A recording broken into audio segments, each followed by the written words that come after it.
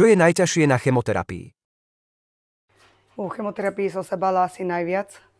Keď teda som sa dozvedela, že mám rakovinu, tak jediné, čo som sa najviac bála, že budem musieť prejsť cez chemoterapie, lebo je to všetko také strašné, že ľudia hovoria, ako zvracajú, ako im je zlá, tak.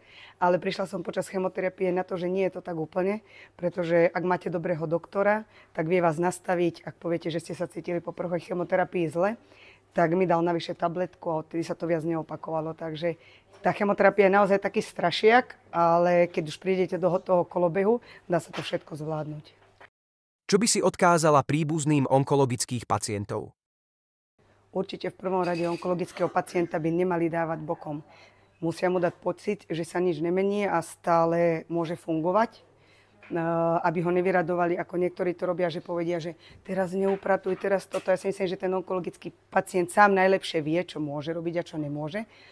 Čo pre teba znamená pacientská organizácia Nie rakovine?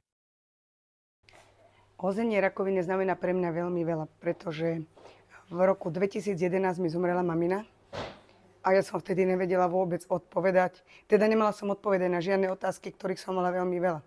A keď som ochorela ja a mala som tú možnosť sa dostať do združenia Nie rakovine, tak som sa veľmi potešila, lebo mám pocit, že sme veľkým prínosom pre pacientov, ktorí nevedia, čo ich čaká pri tej chemoterapii, pri ožiaroch, takisto čo ich čaká, čo sa týka invalidného dôchodku a týchto vecí. Takže myslím si, že je to veľmi podstatné a teda pre mňa to má veľký význam.